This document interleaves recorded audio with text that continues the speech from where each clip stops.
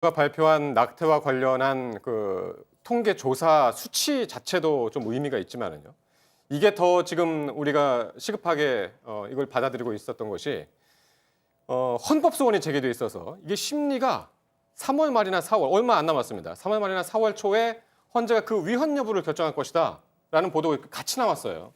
그렇습니다. 이제 네. 사실은 이제 낙태죄는 사실은 그동안 위헌 논란이 계속해서 문제가 됐었었고 네. 특히 여러 번 이제 위헌이라는 주장으로 헌법소원이 있었었는데 다 그동안에 합헌으로 하다가 네. 이번에 이제 2017년 2월에 제기된 헌법소원 때문에 사실은 지난번에 그 공개 변론도 열었었고요. 네. 그러다가 이번에 그 4월 11일 정도에 아마 이제 선고를 할 예정인 것 같아요. 이거는 네. 3월 28일 날 원래 선고해야 되는데 네. 4월 11일로 특별 기일을 잡아서 지금 선고를 하겠다는 거고요. 예. 왜 그러느냐 하면은 지금 서기석하고 조용호 재판관이 퇴임을 4월 18일 날 하는데요.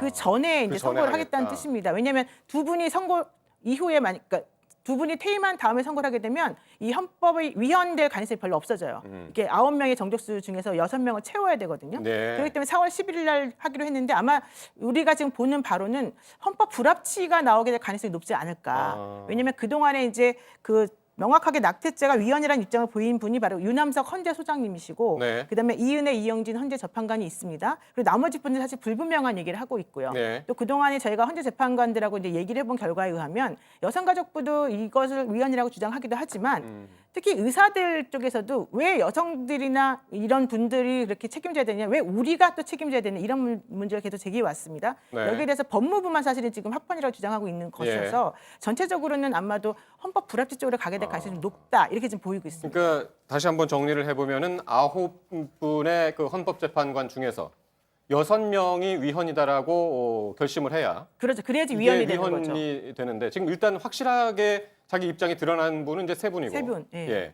나머지 6분 중에서 이제 3분 이상이 그렇죠. 위헌이라고 이제 입장을 밝혀야 되겠네요. 근데 위헌이라고 하기는 사실은 조금 부담스러운 부분이 많이 있어서 네. 위헌이라고 하게 되면 또 곧바로 이제 법에 공백이 생겨버려요. 그래서 예. 이제 그런 것들을 방지하기 위해서 헌법 불합치라고 하는 것을 하게 될 가능성이 매우 높다라고 지금 저희 법 쪽에서 보고 있고요. 근데 과거에 한 차례 한번 이게 있었잖아요. 요 헌법재판소에서. 네, 낙태 헌법재판소에서 관련해가지고. 낙태와 관련해서 지난번에 공개 변론도 열었었고요. 네. 그때 당시에 이제 그러니까 낙태죄는 두 가지가 있는데 네. 그 낙태를 하는 여성이 자기 낙태죄라고 해서 처벌받는 게 하나가 있고요. 네. 그다음에 낙태를 시켜준 의사가 처벌받는 게 있어요. 네. 근데 낙태를 시켜준 의사는 징역형밖에 없는 거예요. 그렇기 때문에 그리고 이 낙태를 한 의사 입장에서 보자면은 사실은 왜 내가 다른 사람을 도와서 낙태를 시켜줘 놓고 내가 더 처벌을 강하게 받아야 되느냐? 내가 의뢰를 받아서 네, 그렇습니다. 했는데. 지금 이제 보시게 되면 나오는데요. 네. 그렇기 때문에 의사 입장에서는 매우 부당하다. 그래서 우리는 낙태를 아예 거부하겠다. 낙태 수술을 아예 그런 얘기까지 한번 했었거든요. 예. 그랬는데 문제는 그렇게 하고 나니까 그렇게 되면은 이제 정말로 낙태를 해야만 하는 그런 현실적인 이유가 있는 산모들에 대한 건강이 문제다. 네. 이런 얘기가 있었기 때문에 이제 사실은 그 이후로 약간 좀 위험화되긴 했습니다. 예, 그렇습니다. 그러니까 정말 이거 사회적인 논란이 이제 그동안 이제 한참 돼 왔고 그런데 이게 여성들의 입장만 이렇게 보자면은 지금 이번에 이제 정부가 요 낙태 관련해서 이제 조사 결과를 발표하면서 함께 발표한 것이 있는데 만 15세에서 이제 44세 여성들이 75%가 그러니까 4분 중에 3분은 낙태 처벌에 대해서 이제 반대를 하고 있네요, 지금으로서는. 예, 그렇죠. 낙태를 합법화해달라는 주장이 75%가 되는 거고 네. 사실은 남성들에 대해서는 저런 여론조사하는 게 의미가 없습니다. 예, 그러니까 이제 저런 여성들의 시각은 그러니까 일단 낙태를 하게 되면 여성들은 건강도 해치게 되고 가슴도 아파야 되고 네. 정서적으로도 사실 그 헤아릴 수 없는 그 상처를 입습니다. 그런데 네. 거기다가 이제 낙태로 어떤 형사적인 처벌까지 받는 게 부당하다고 느껴질 수 있을 것 같습니다. 네. 그래서 실제로 이게 낙태가 연간 5만 건이라고 이제 얘기를 하잖아요. 네. 그런데 실제로 5년간 낙태죄와 관련하여 실형을 선고받은 건 한 건밖에 없는 겁니다. 네. 대부분 불기소 처분을 하게 되는 것이 그러네요. 현실을 반영한 그런 결정을 하게 거의 되는 지금 것이죠. 이제 지금 법이 이제 유명무실하다는 이제 네. 그런 거를 이제 방증하는 뭐 그런 결과인데요. 외국 사례는 어떻습니까 지금?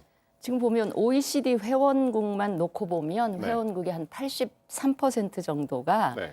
우리처럼 아주 아까 왜 무슨 태아에 문제가 있을 경우 또 모체에 그 영향을 줄 경우 이런 경우 외에 네. 사회 경제적인 이유 음.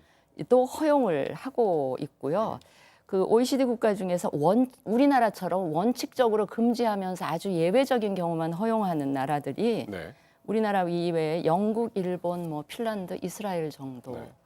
그런 그래도 수준이고 가능하다는 나라가 훨씬 더 많은 많네요. 거죠. 예, 네. 많은 거고요. 이제 앞으로 아마 헌재 결정이 이루어지는 이런 과정에 네. 종교계도 목소리를 또 특히 천주교 같은 경우에는 목소리를 또 크게 낼 것 근데 같습니다. 그 대부분의 경우 낙태를 허용하는 게 이제 주수에 따라 달라요. 그러니까 외국 같은 경우 허용한다 하더라도 예를 들면 24주 정도까지 임신했을 때 허용하느냐, 네. 뭐 그 이상까지 허용하냐 약간 좀 이렇게 다른데 그게 예. 이제 태아가 바깥에 배출돼서 정상적으로 혼자 스스로 자가호흡을 해서 살아나갈 수 있느냐 없느냐 이걸 기준으로 따지는 경우거든요. 예.